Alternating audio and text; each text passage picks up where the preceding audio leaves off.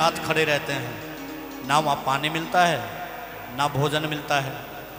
ऐसी ऐसी जगह कि हमारे 3-4 शिष्य हैं फौज में, ग्लेशियर में उनकी ड्यूटी रहती हैं, तो हेलीकॉप्टर जाता है वहाँ से, उसमें भोजन देते हैं, पानी देते हैं, कभी वीडियो कॉल करते हैं गुरुजी, रात में करते हैं कभी। तो ऐसे बच्चे देश के लिए कितनी तपस्या करते हैं, और हम 2 घंटे कूलर लगे हैं, पंखे लगे हैं, कथा नहीं श्रवण कर सकते, तो हम और आप कहाँ जा सकते हैं। बोलो सत्यनारायण भगवान की। तो जीवन को तपमय बनाइए। राजा बलि ने यहाँ संकल्प ले लिया, और लेते ही शुक्राचार्य जी ने अपने शिष्य को रोका कि राजन, जिसको तुम संकल्प दे रहे हो ये साक्षात छलिया विष्णु है। मेरे साथ मोहिनी रूप धारण करके छल किया, वही छलिया विष्णु इस समय तुम्हारा यज्ञ लूटने के लिए आया है। बलि ने कहा, महाराज, मांगने वाला कोई भी हो तो देने वाला बड़ा होता है, और यदि मांगने वाला साक्षात भगवान हो तो कहना ही क्या है। यदि भगवान हमसे मांग रहा है तो हमारा सौभाग्य है कि हम भगवान को देने वाले हैं। इसलिए गुरुदेव, आप, अब तो हम संकल्पबद्ध हो गए हैं, हम अवश्य दान करेंगे। फिर भी शुक्राचार्य जी ने क्या किया कि राजा बलि जैसे ही संकल्प के लिए कमंडल से जल गिरा रहे हैं, शुक्राचार्य जी ने मच्छर का रूप बना लिया और कमंडल में फंस गए। संकल्प ना होवे, राजा बलि का राज्य ना चला जावे। इधर वामन भगवान ने देखा कि जल अवरुद्ध हो गया, जल निकल नहीं रहा है, तो कमंडल में अपनी कुशा से छेदन किया। शुक्राचार्य जी की आंख में कुशा लगी और छड़पड़ाते हुए शुक्राचार्य जी कमंडल से बाहर निकले। बोलो भक्त वत्सल भगवान की। राजा बलि ने संकल्प लिया कि हे वामन भगवान, आज हम विरोचन पुत्र बलि आपको संकल्प रूप में 3 पग भूमि आपके द्वारा नाप करके प्रदान करते हैं।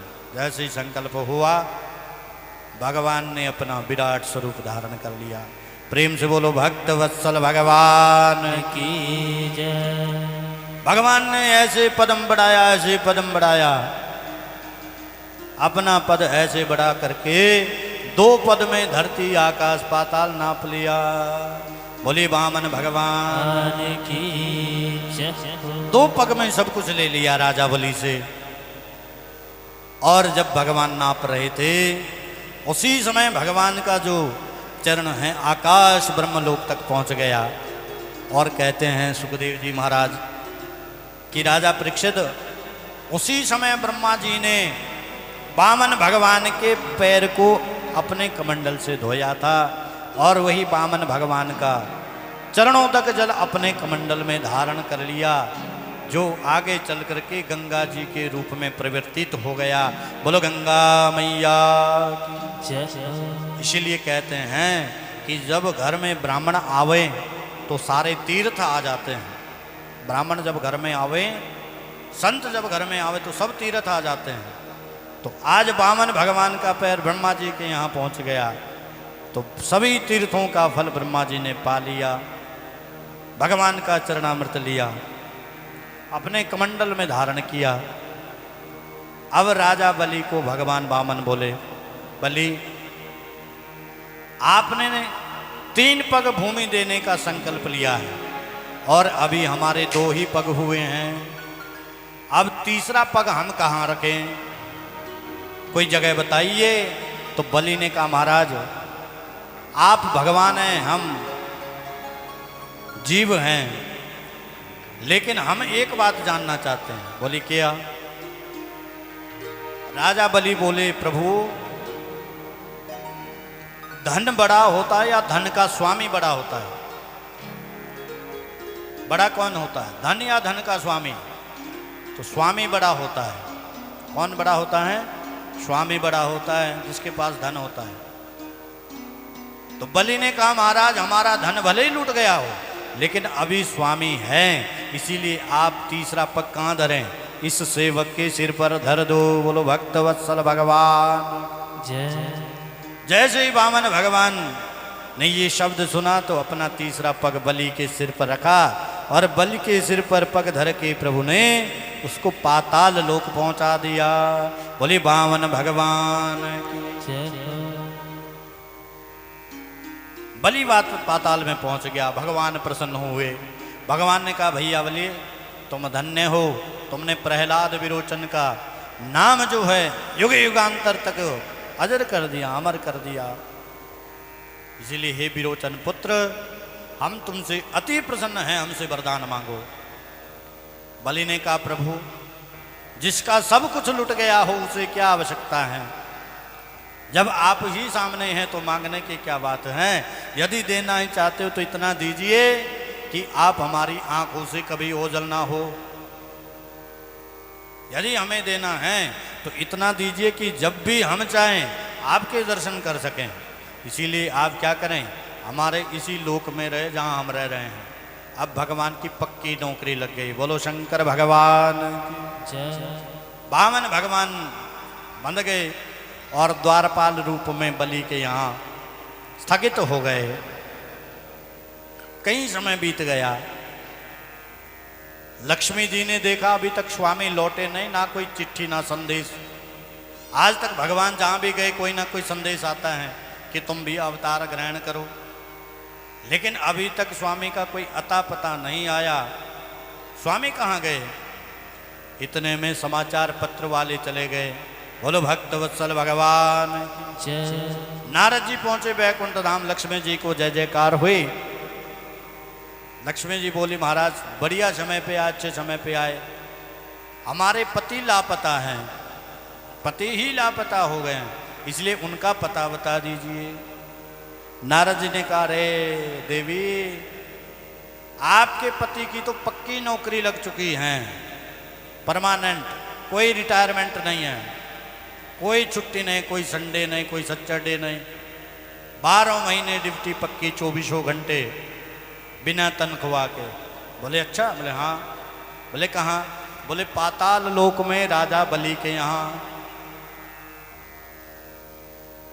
तो लक्ष्मी जी ने कहा पति की मुक्ति कैसे हो, पति कैसे मिले? तो नारद जी ने कहा राजा बलि वचन के बड़े पक्के हैं, जो संकल्प कर दें तो देने में बड़े सामर्थ्यवान हैं। यदि आपका बस चले तो उन्हें भाई बना लो और भाई बना करके जो मांगोगी मिल जाएगा। फिर तो लक्ष्मी जी को क्या था, लक्ष्मी जी ने एक ऐसी सुंदर बालिका का स्वरूप बनाया जो स्वभाव से गरीब थी और पाताल में चली गई। रोती बिलखती बलि के राज्य में रोने लगी। पूछे भैया क्या हुआ, बहन क्या दुख है, किसी को कुछ ना बताओ। पूछते पूछते बात बलि तक पहुंच गई। महाराज आपके लोक में एक दुखियारी एक बहन है जो 24 घंटे रोती रहती हैं, उसके ना जाने क्या दुख है, उसका दुख दूर करो। राजा बलि ने विचार किया मेरे राज्य में दुखी कोई हो ही नहीं सकता, कौन है बुलाया जाए। संदेश भेजा गया, लक्ष्मी जी आई, पूछा कौन हो, बताया क्या बताएं हम अपना प्रारब्ध, हमारा तो कोई भाई संसार में है ही नहीं, पहली बात। दूसरी बात कि जब भाई ना हो तो विवाह कौन करे। बलि ने कहा ऐसी बात है, इसमें कौन सी बड़ी बात है, अभी देखिए हम तुम्हारे भाई बनते, तुम हमारी बहन, अब बताओ किससे विवाह करना चाहती हो। लक्ष्मी जी ने कहा नहीं नहीं, ऐसे हम किसी को भाई नहीं मान सकते। तो बोले जैसे तुम्हें विश्वास हो जाए वैसा कीजिए। तो लक्ष्मी जी ने एक कच्चे सूत का धागा लिया, श्रावण मास की पूर्णिमा थी। हेन बद्धो बलि राजा दान बंदो महाबल, तेन त्वाम प्रतिबंधनामि रक्षेत माचल। राजा बलि को रक्षा सूत्र बांध दिया, राखी बांध दी, जिसको आप रक्षाबंधन कहते हैं, और कहा आज से तुम हमारे भाई हो गए, हम तुम्हारी बहन हुई। अब भाई ने कहा अब हमसे मांगो, क्या चाहती हो। लक्ष्मी जी ने कहा महाराज हम शादी करना चाहते हैं, हमसे कौन विवाह करें।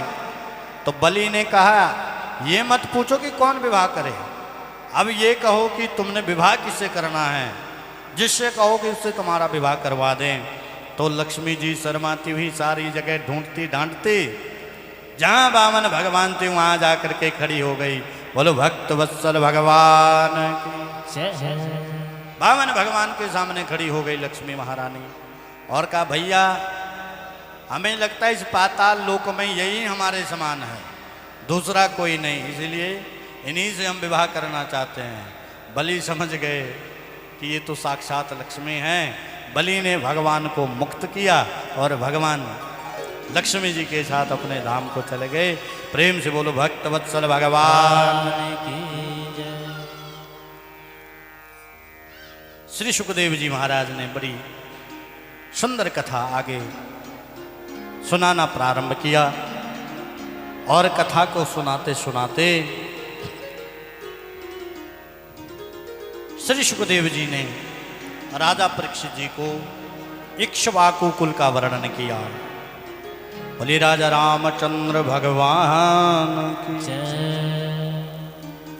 इक्ष्वाकु वर्णन कियो मुनि ने अति हर्षाय, नृपति परीक्षित सुन रहे प्रभु में ध्यान लगा।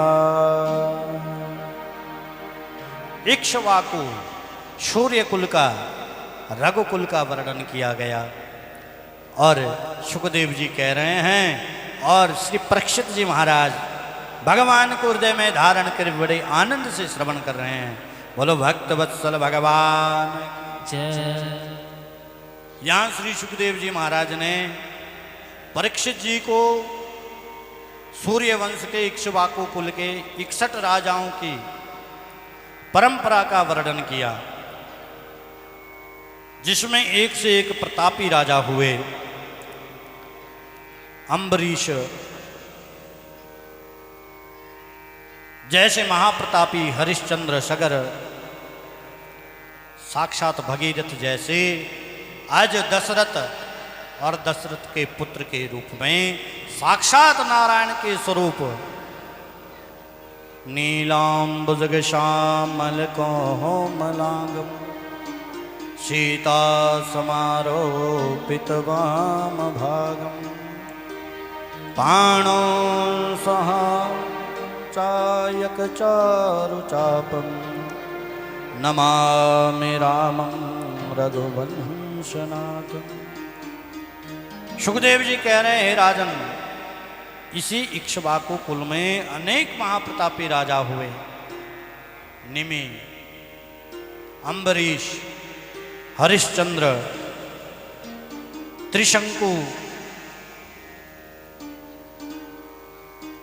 और सगर, भगीरथ, दिलीप, अनेक प्रकार के पराक्रमी राजा हुए। सुखदेव जी कहते हैं राजन, सगर नाम के महाप्रतापी राजा के 60,000 पुत्र हुए और जब राजा सगर अश्वमेध यज्ञ कर रहे थे उसी समय उन्होंने अश्वमेध यज्ञ का घोड़ा छोड़ दिया और उनकी रक्षा के लिए उनके 60,000 पुत्र के साथ साथ चल रहे थे। रात्रि कालीन का विश्राम कर रहे थे और इंद्र ने उन राजाओं का सगर जी के घोड़ा को चुरा लिया और चुरा करके कपिल मुनि के आश्रम में बांध दिया। बोले कपिल देव भगवान की। जिन कपिल भगवान की आपने बीते सत्र में कथा श्रवण की थी, करदम मुनि और देवभूति के पुत्र, साक्षात नारायण स्वरूप, नारायण के अवतार, सांख्य शास्त्र के प्रवक्ता कपिल देव जी भगवान, उन्हीं कपिल मुनि के आश्रम में इंद्रदेव ने राजा सगर के उस अश्वमेध यज्ञ को बांध दिया। तब राजा सगर के पुत्र ढूंढते ढूंढते ढूंढते ढूंढते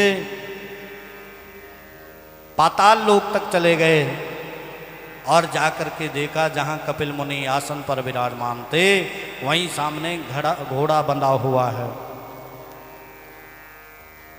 घोड़ा बंधा हुआ देख करके उन सगर के पुत्रों ने विचार किया कि यही महात्मा चोर है, और कपिल मुनि को अनाप शनाप कहना प्रारंभ किया।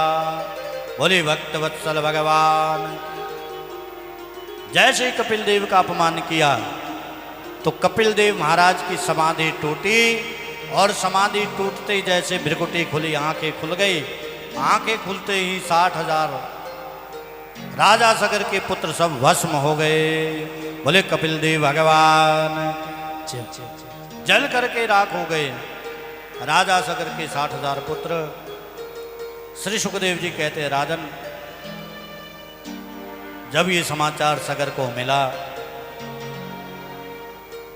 तब तो शोकाकुल हो गए।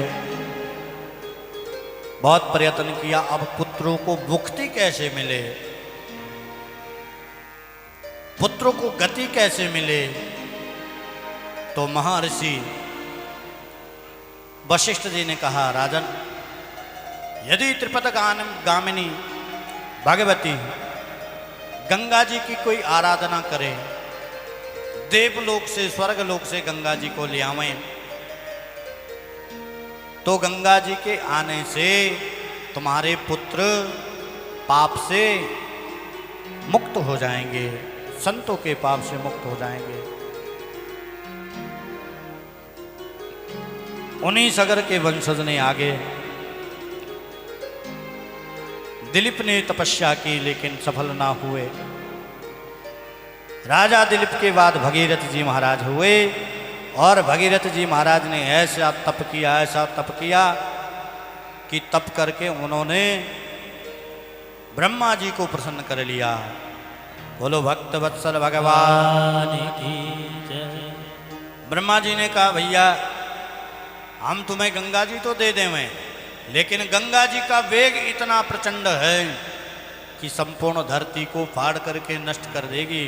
इसीलिए तुम क्या करो, पहले गंगा जी के वेग को रोकने के लिए भगवान शिव को प्रसन्न करो। बोलो शंकर भगवान जय। तब तो भगीरथ जी ने भगवान शंकर को प्रसन्न किया, ध्यान लगाया आशुतोष भगवान का। भगवान शिव की ऐसी समाधि लगाया, ऐसा ध्यान लगाया कि आशुतोष भवानी गौरी शंकर प्रसन्न हो गए। और भगवान शिव ने कहा भगीरथ हमसे वर मांगो। भगीरथ जी बोले महाराज हम अपने पितरों के कल्याण के लिए गंगा जी को धरती पर लाना चाहते हैं, हमारी सहायता करो। शिव जी ने कहा कि तुम ब्रह्मा जी से कहो कि वो गंगा जी को छोड़े, और छोड़ते ही हम उन्हें अपने जटाओं में बांध देंगे। अब भगीरथ जी महाराज ब्रह्मा जी से निवेदन किया। ब्रह्मा जी ने वामन भगवान के चरणों तक को आकाश से गिराया। गिराते ही हिमालय पर्वत पर भगवान ने अपनी जटाओं को खोल दिया। खोल करके गंगा जी उसी में जो समाहित तो हो गई। बोलो गंगा मैया जय। गंगा जी का ऐसा वेग था कि भगवान की जटाओं को रमने लगी। गंगा तरंग रमणीय जटा कलाप गौरी निरंतर विभूषित वाम भागम।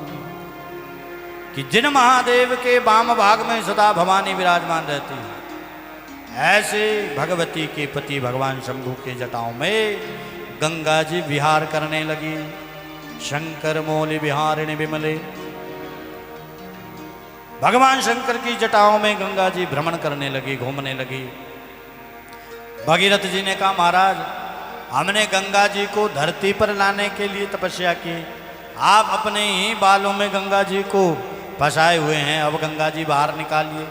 तो भगवान शंकर जी ने क्या किया, थोड़ी सी एक जटा खोली और जटा के खुलते ही जो धार वही गौमुख के रास्ते से गंगा जी इस मृत्यु लोक धरा पर आ गई। बोलो गंगा मैया की जय। गंगा तेरा पानी अमृत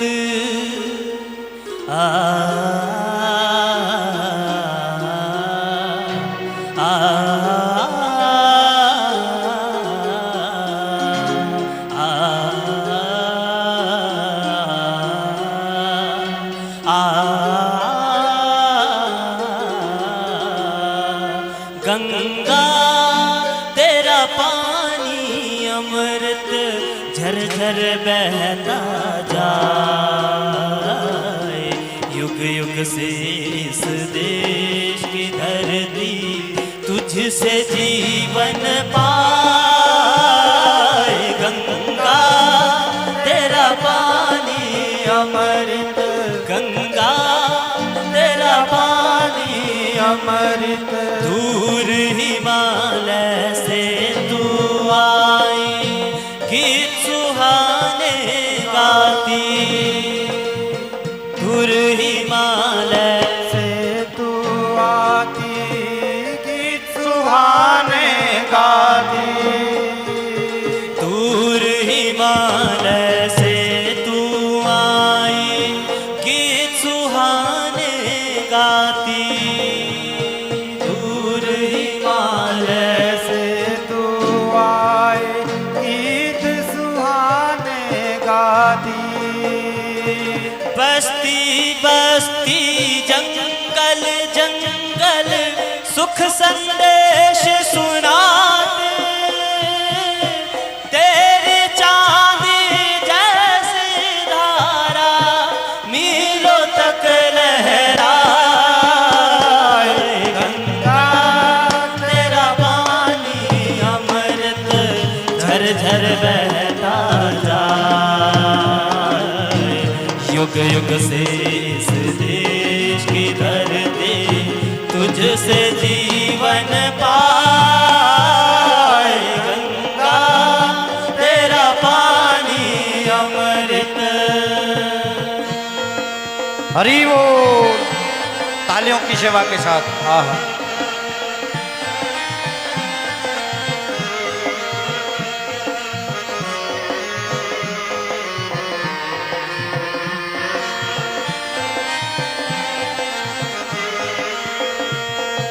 कितने सूरज ऊपर डूबे गंगा तेरे द्वारे।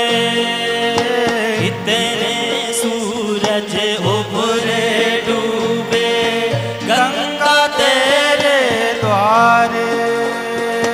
युगों युगों की कथा सुनाए तेरी बहती धारा।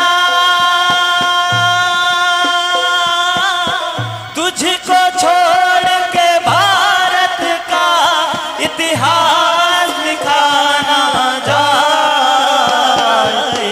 गंगा तेरा पानी अमृत झरझर बहता जाए। युग युग से इस देश की धरती तुझसे जीवन पाए। गंगा तेरा पानी अमृत।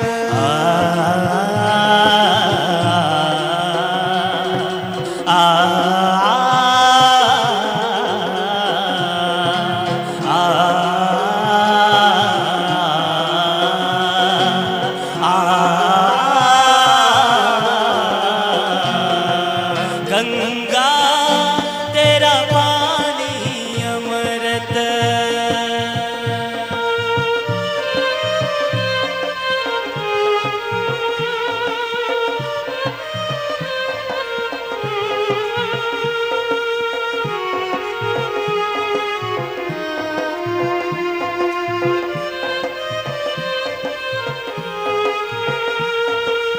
इस धरती का सुख दुख तूने अपने बीच समोया।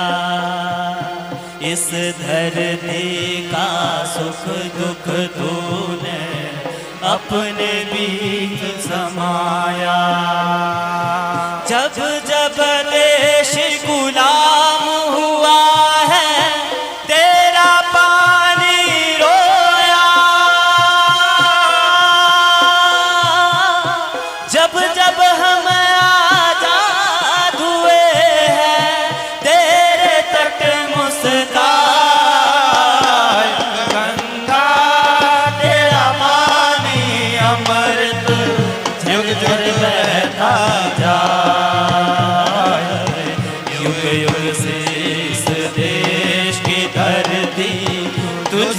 जीवन पाए। गंगा तेरा पानी अमृत, गंगा तेरा पानी अमृत, गंगा तेरा पानी तेरा पानी अमृत। बोले गंगा बोलिए गंगे मैया की जय, भागीरथी माता की जय। पापापहारि दुरितारि तरंगधारी शैला प्रचारि गिरिराज गुहा विदारी झंकारकारी हरिपाद रजोपहारी गंगम पुनातु सततम शुभकारी बारी। भगवती गंगा त्रिपतगामिनी भागीरथी प्रकट हुई, जो सभी अमंगलों को मंगल स्वरूप देने वाली हैं। त्रिपतगामिनी, तीन पथ है जिसके। तीन पथ कौन से? स्वर्गलोक से आई धरा पर और धरा से गई पाताल लोक में। ऐसी त्रिपतगामिनी भगवती गंगा ने धरती पर आकर के अपना रस प्रभाव दिखाया। गौमुख से निकलते हुए ऋषिकेश, हरिद्वार, प्रयागराज, काशी और अंत में गंगा सागर में जाकर के मिलकर के सगर जी के 60,000 पुत्रों को मुक्त किया। बोल गंगा मैया की जय। पावन पवित्र गंगा जल का आज हमने श्रवण किया, गंगा मैया के महात्म्य को जाना। जिनका नाम लेने से गंगा गंगेति यो बोर्यात् योजनानां शतेरपि, कि यदि आप 100 योजन दूर क्यों ना हो, लेकिन केवल गंगा गंगा कहे, गंगा गंगा गंगा। मुच्यते सर्व पापेभ्यो विष्णु लोकम सगच्छते। सब पाप से छूट करके वह कहाँ जाता है? विष्णु लोक में चला जाता है। प्रेम से बोलो भक्त वत्सल भगवान। जय जय। श्री सुखदेव जी कहते हैं, राजन, उन्हें सूर्य वंश में आगे चल करके दिलीप से भगीरथ और आगे वंश परंपरा बढ़ती बढ़ती बढ़ती बढ़ती अज महाराज हुए। अज के पुत्र हुए दशरथ, और दशरथ के पुत्र हुए सूर्य वंश में विष्णु ने लियो राम अवतार। दैत्य वंश का नाश करी, कीन सुयश विस्तार। श्री सुखदेव जी कह रहे हैं, राजन, इसी सूर्य वंश में श्री हरि नारायण विष्णु ने क्या लिया? अवतार ग्रहण किया। कौन सा अवतार? राम अवतार। दशरथ के घर में राम रूप में आज प्रकट हुए हैं रघुरैया। यहां दशरथ जी के 4 पुत्र भाई राम, भरत, लक्ष्मण और शत्रुघ्न। यहां सूक्ष्म में श्री सुखदेव जी राम जी की कथा को भागवत जी में सूक्ष्म में कह रहे हैं।